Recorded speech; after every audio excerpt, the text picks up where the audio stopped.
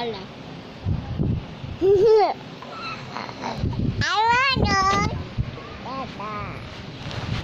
Okay guys, babay muna kasi nag-ano pa doon na ata si Papa.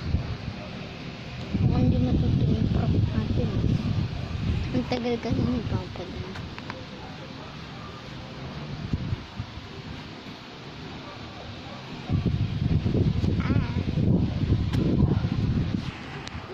Magbibideo na lang ako pag natuloy yung prank. Magbibideo na lang ako pag natuloy yung prank ni Papa. Kasi masyadong papahabain pa natin tong vlog na to. Ayan, babay mo na. Magbablog na lang ako pag na prank na si Papa. Pag na prank, pag hindi.